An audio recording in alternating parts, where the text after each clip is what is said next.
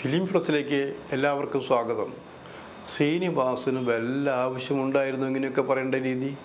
അത് മമ്മൂട്ടിയെ നേരെ നോക്കി സംസാരിച്ചില്ലെങ്കിൽ ചിലതൊക്കെ സംഭവിക്കും.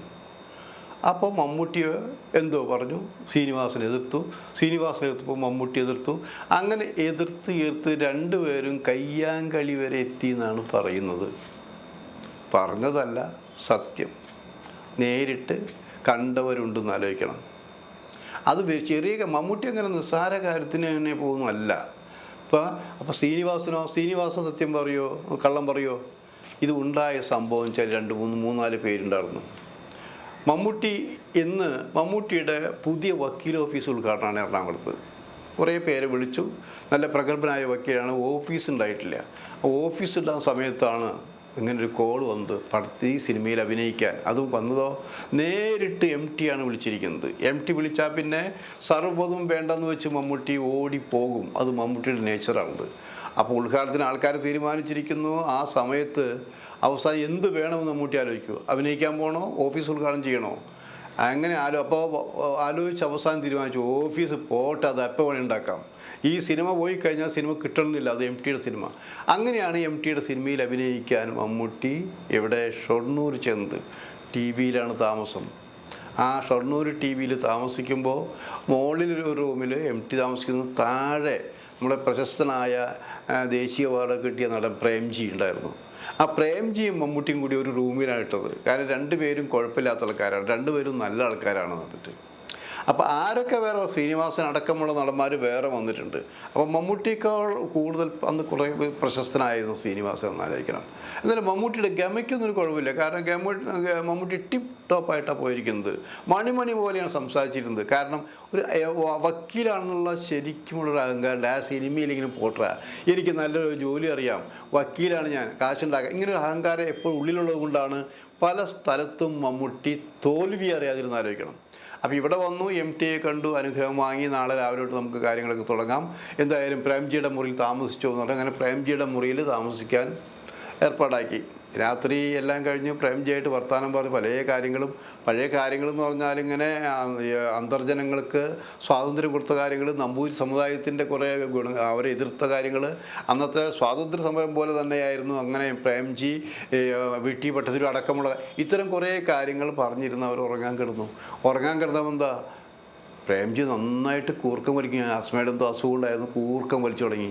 മമ്മൂട്ടിക്കാണെങ്കിൽ ഉറങ്ങാൻ വയ്യ, കൂർക്കം വലിച്ച് അവസാനം ഉറക്കം വരുന്നില്ല, പുറത്തേക്ക് ഇറങ്ങാമെന്ന് വിചാരിച്ച് പുറത്തേക്ക് ഇറങ്ങിയപ്പോൾ കുറച്ചവിടെ ഇരുട്ടിൻ്റെ ഭാഗത്ത് ആരൊക്കെയോ ഇങ്ങനെ സംസാരിച്ചാൽ ഇടയ്ക്ക് ചിരിയും വരുന്നുണ്ട്. അതെന്താ അപ്പോൾ ഈ പാതിരാത്രി സമയത്ത് ആരാണ്? മമ്മൂട്ടി പതുക്കെ നിർഭയനാടി ആരാണെന്നറിയാൻ വേണ്ടി പതുക്കെ എങ്ങനെ നടന്നു. അപ്പോൾ ഒരാളിങ്ങനെ നടന്നു വരുന്നത് ആ ഇരുട്ടിൽ നിന്ന് സംസാരിക്കുന്നവർ കാണാമായിരുന്നു. അവർ സംസാരം നിർത്തി. അപ്പോൾ മമ്മൂട്ടിക്ക് എന്തോ ഒരു കുതന്ത്രമുണ്ട്.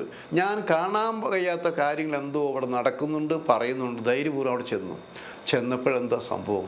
അവിടെ നല്ല മദ്യപാന സദസ്സാണ്, ഇരുട്ടത്ത്. അതിൽ ശ്രീനിവാസനുണ്ട്, രാമേന്ദ്ര ബാബുണ്ട്, അങ്ങനെ 3-4 പേരുണ്ട്.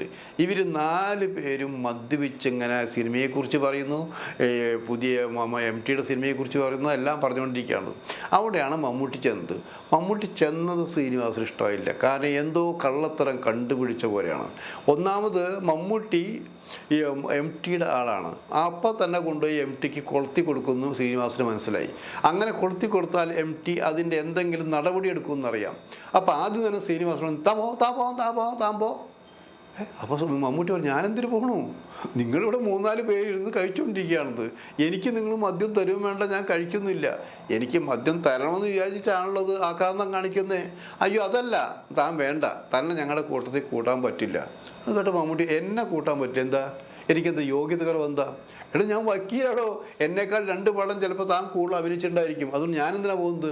അപ്പോൾ ഇവർ തമ്മിൽ കൊരുത്തും പ്രശ്നമായി എന്ത് ചെയ്തു? മമ്മൂട്ടിക്ക് ചിലപ്പോൾ സഹിക്കാൻ പറ്റുന്ന കാര്യം കൊണ്ട് കുത്തിരി പിടിക്കുന്ന സ്വഭാവമുണ്ട്. മമ്മൂട്ടി കയറി ശ്രീനിവാസൻ്റെ ഷർട്ടടക്കം കുത്തിരി പിടിച്ച് രംഗഭഷ്ടലായ അവസാനം പ്രസിഡന്റ് രാമേന്ദ്ര ബാബു 2 പേരെയും മാറ്റി നിർത്തി. ഇതെന്തിനാണ് നിങ്ങൾ സഹകരിക്കുന്നത്? മദ്യപിച്ചോട്ടെ. ഇനി MTയോട് പറയട്ടെ, മദ്യപിക്കുന്നത് നമ്മുടെ അവകാശമാണ്. നമ്മൾ സിനിമയിൽ ഷൂട്ടിംഗ് സമയത്ത് എല്ലാം മദ്യപിക്കുന്നത്. ഇതൊക്കെ രാമേന്ദ്ര ബാബു പറഞ്ഞു. അത് ഏറ്റുപിടിച്ച ശ്രീനിവാസൻ ശരിയാണല്ലോ, താൻ പോയി പറയടോ, MTയോടല്ല വേറെ ആരോടെ പറഞ്ഞു, ഞങ്ങൾക്ക് എന്താ, ഞങ്ങൾ ഷൂട്ടിങ്ങിനിടയിലല്ല മദ്യപിക്കുന്നത്, വേറെ കുറ്റം പറയുന്നില്ല, ഇത് ഞങ്ങളുടെ പ്രൈവസിയാണ്, ഞങ്ങളുടെ പ്രൈവസിയിലേക്ക് താൻ എന്തിനാണ് കടന്നു വന്നത്, ഇങ്ങനെ ചോദ്യം ചോദിച്ച് വഴക്ക് കൂടി അവസാനം ശ്രീനിവാസൻ പറഞ്ഞു, താൻ പോ, താൻ ഞങ്ങളുടെ ഇത് കാശ് കൊടുത്ത് മേടിച്ച മദ്യമാണ്, ഇതിൻ്റെ ഞങ്ങൾ ലഹരി ആസ്വദിച്ച് ഉറങ്ങാൻ പോവാണ്, താൻ പോ എന്ന് പറയുന്നത്. അങ്ങനെ വഴക്കിട്ട് പിരിഞ്ഞു പോയി. അപ്പോൾ പോകുമ്പോൾ മമ്മൂട്ടി പറഞ്ഞു, ആരും രക്ഷപ്പെടില്ല, ഞാനത് MTയോട് പറഞ്ഞിരിക്കും, പറയടോ, അങ്ങനെ വെല്ലുവിളിച്ച് രണ്ടുപേർ പോയി. ഇങ്ങനെ പറഞ്ഞെങ്കിലും ശ്രീനിവാസന് ആ ഒരു വിഷമമുണ്ടായിരുന്നു. കാരണം രാമേന്ദ്ര ബാബുവിനൊരു കുലുക്കൊന്നുമില്ല. കാരണം എന്താ, രാമേന്ദ്രബാബുവിന് ജോലി ചെയ്യും. പക്ഷേ ശ്രീനിവാസൻ അങ്ങനെയല്ല. ശ്രീനിവാസൻ MT വിളിച്ച് താക്കീതോ വല്ലതും ചെയ്തു കഴിഞ്ഞാൽ അഭിപ്രായം പറയേണ്ടി വരും. അഭിപ്രായം പറയാതെ നിൽക്കുന്നത് ശരിയല്ല. മമ്മൂട്ടി ചതിക്കുമെന്ന് തന്നെയാണ് വിചാരിച്ചത്. അപ്പോൾ രാത്രി ഇവർ ആകാംക്ഷ, രാവിലെ എനിക്കൊന്നു ഷൂട്ടിംഗ് തുടങ്ങേണ്ട കാര്യങ്ങളായി. ശ്രീനിവാസൻ ഭയന്നാണ് ശരിക്കും MTയെ കാണാൻ പോയത്. അപ്പോൾ MT വേറൊരു പ്രതികരണമൊന്നുമില്ല, സിനിമയെക്കുറിച്ചൊക്കെ സംസാരിക്കുന്നുണ്ട്, അങ്ങനെ മമ്മൂട്ടിയെ നോക്കുന്നുണ്ട്. അപ്പോൾ മമ്മൂട്ടി ചിരിച്ചുകൊണ്ട് പതുക്കെ കണ്ണിറുക്കി ശ്രീനിവാസന് കാണിച്ചു. അത് കഴിഞ്ഞ് മനസ്സിലായി മമ്മൂട്ടി ഇതൊന്നും പറഞ്ഞിട്ടില്ല. അപ്പോൾ ശ്രീനിവാസൻ വെച്ചു, എന്താണ് താൻ പറയാതിരുന്നത്, താൻ മമ്മൂട്ടി എല്ലാം പറയുന്നതല്ലേ പറഞ്ഞിരുന്നത്, എന്താ MT നമ്മുടെ കഴുത്ത് കൊട്ടെന്ന് വിചാരിച്ചോ എന്നൊക്കെ ചോദിച്ചു. അപ്പോൾ മമ്മൂട്ടി പറഞ്ഞു, മദ്യപാനം ഇത്ര വലിയ കുഴപ്പമുള്ള കാര്യമൊന്നുമല്ല. നിങ്ങൾ മദ്യപിച്ചോ, നിങ്ങൾ എന്നെ തെറ്റായി വെച്ചാലേ, നിങ്ങളുടെ ലോകത്ത് നിങ്ങൾ ജീവിക്കുന്നു, അത് ആരും മമ്മൂട്ടിയോട് പറഞ്ഞിട്ടുണ്ട്, MTയോട് പറഞ്ഞിരുന്ന കാര്യം. MT ഷൂട്ടിങ്ങിൻ്റെ ഇടയിലല്ല, നിങ്ങൾ പറഞ്ഞാണ് ശരി, ഷൂട്ടിംഗ് നടക്കുമ്പോഴല്ല, നിങ്ങൾ പാതിരാത്രി സമയത്ത്, നിങ്ങൾ ഉറങ്ങേണ്ട സമയത്ത് ഭക്ഷണത്തിന് മുമ്പ് ലേശം വീശി ഭക്ഷണം കഴിച്ച് കിടന്ന് ഉറങ്ങാൻ പോകുന്നതല്ലേ പറഞ്ഞാൽ, ആയിക്കോ, ഞാനിതൊന്നും അല്ലെങ്കിലും MTയോട് പറയില്ല.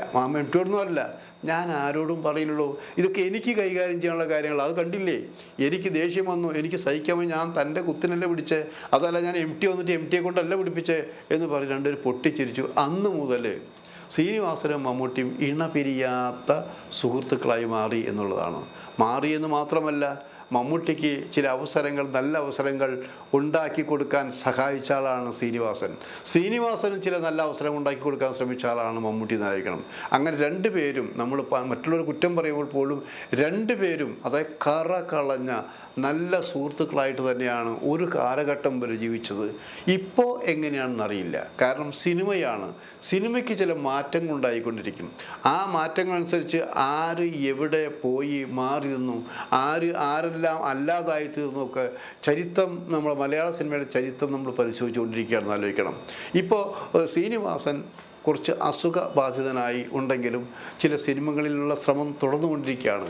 മമ്മൂട്ടിക്ക് ഒരു കുഴപ്പവുമില്ല. മമ്മൂട്ടി സർവകലാവല്ലഭനായി നിർമ്മാതാവ്, അഭിനേതാവ്, ഡിസ്ട്രിബ്യൂട്ടർ, അങ്ങനെയൊക്കെ എല്ലാ രീതിയിലും വളർന്ന് കഴിഞ്ഞിരിക്കുകയാണെന്ന് ആലോചിക്കണം. ഇങ്ങനെ ആലോചിക്കുമ്പോഴും നമ്മളെ എപ്പോഴെങ്കിലും നമുക്കൊരു തലോടലോ ഒരു സ്നേഹമോ തന്ന ആൾക്കാരെ മറക്കാൻ പാടില്ല.